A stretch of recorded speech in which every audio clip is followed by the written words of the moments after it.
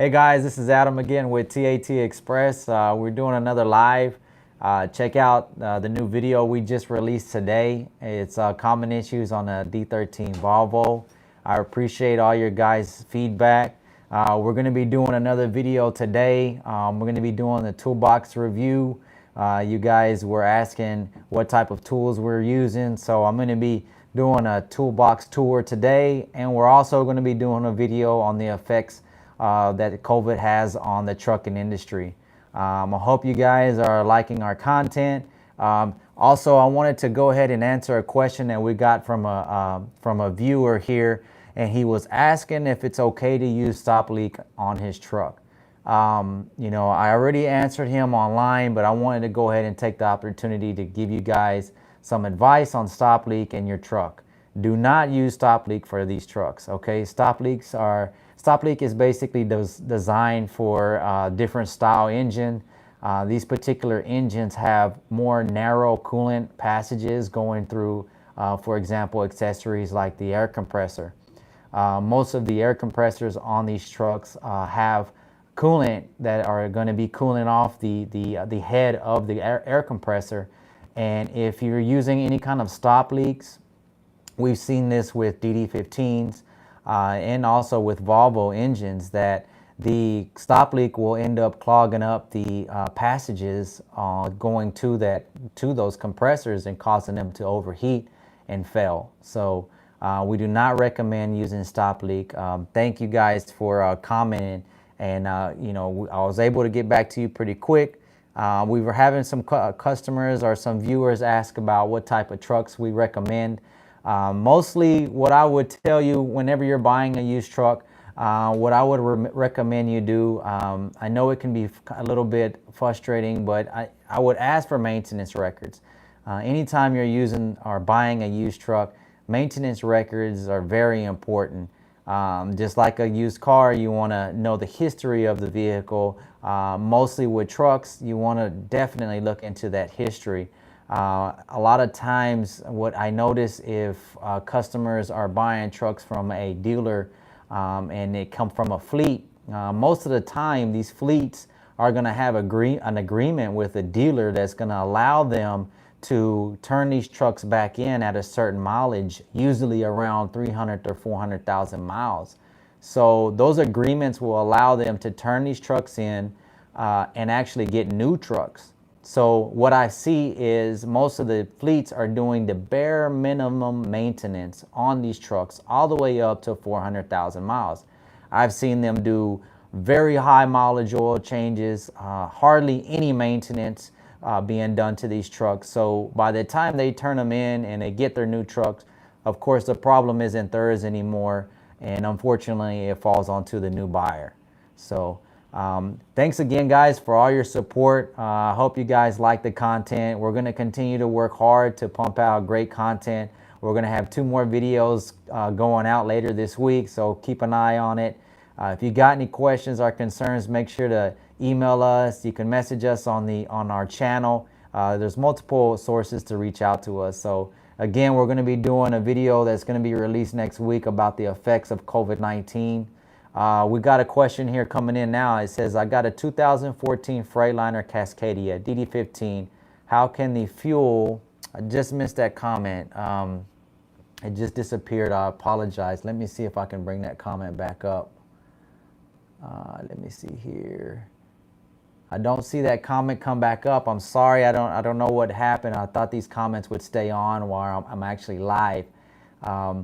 Again, we're going to be doing a video about the effects of the COVID-19 and this pandemic on the trucking industry and the supply chain. So stay tuned. It's a pretty interesting video. I'm going to be giving out a lot of information on what's going on.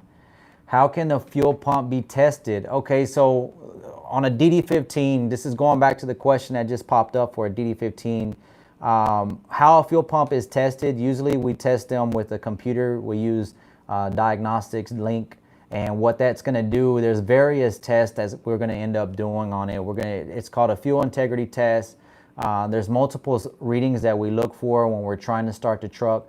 And there's also different tests that we look at in different conditions of the truck. So if you're having a no start condition or low power condition. Those are going to be two separate tests that we're going to run. Good question to ask. It's very important that you use a shop that's experienced in these particular subjects, so that you can get your truck troubleshoot correctly. Okay, it kind of depends. He's asking me the price and labor on a pump. That's not really a bad price and labor. You know, that pump is buried into that engine, so you're having to remove the fuel filter module to access the pump, and you're having to use some specialty tools to be able to time the truck, to put it on time before you remove the pump. And you're also going to be having to remove the gear that's on the pump and time it. So yeah, it can be a little costly replacing that pump. That's why it is pretty important to get it checked out and troubleshot correctly.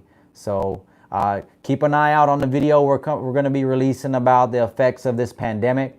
Thank you guys for all the support. Hi from I believe that viewer is from Vietnam. So we talk a lot on comments. So hi from Vietnam. You should bring the truck in. You know, if you have issues on your pump, bring it in. You know, if we're in Texas, hopefully we're not too far from you. We get a lot of what's going on, trucker? The trucker, how you doing? Thanks for jumping on. Back to we have customers that come from all over the country. We have customers from Ohio, Georgia, all over the place that come to get their truck service here. If it seems like we're too far from you, just keep in mind, if we seem like, I'm sorry, I'm reading comments coming in. If we seem like we're too far from you, just keep in mind that if you're trying to save money by going to a closer shop and they're not experienced in your engine, you could be losing just as much money or wasting just as much money by using an unexperienced shop. You're from Kentucky. That's not too far. You know, Kentucky is just a few states away. That's probably a day drive. And yes, depends on what type of. Thank you from Forney. We're not too far from you. Come on by, man. We'll be more than happy to help. Yes, check engine lights would come on if you're having a fuel pump issue. I would definitely like to see the descriptions of the code, so to better pinpoint why the check engine light is coming on. It could be multiple factors. If it's low fuel pressure, there's just multiple factors that can go into what the DTC is, the actual check engine light, and what the readings are. DTC is basically just short for a check engine light. It's basically diagnostic troubleshooting code. So the DTC is basically what I would need to know to give you a better explanation on what's going on with that fuel pump. So again, guys, thank you for the support. We're here to help you guys. Keep an eye out. Okay, if you're having a hard start, it can be multiple things. What I've just experienced on a customer just actually last week was a hard start actually led to, he just got a PTO installed, which is, because he does concrete work. So he just got a PTO installed, and what they did is they relocated, or actually they eliminated one of his fuel tanks. Since he's only here locally, he's only running one fuel tank. And of course, where the other fuel tank was, they put a hydraulic tank. So in doing so, they didn't run brand new lines from that tank that they left to the actual fuel filter housing. What they did is they put a union, and what happened is that union on the return line was not sealing correctly and was losing the prime after sitting. Now that was a unique situation there, but if you're mentioning a hard start, it could also be something in your fuel system. What I would do is definitely know what the DTC is. I would do a fuel integrity check and basically check the fuel pressure after the truck is shut down. If the truck is losing fuel pressure after shutdown, that let us know that we have an internal leak, and that's something that we need to look into. Kentucky's not that far. If the truck's still running good, bring it on by. Give us a call. I can be more than happy to help you. We'll look over it. I can show you what we're looking for and show you what we find on your truck. So hopefully you can make it by. Thanks again, guys, for all the support. Stay tuned. I'm pretty excited about the new video we're going to be releasing next week. And also we're going to be doing a toolbox tour. So, okay, guys, until next time, be safe.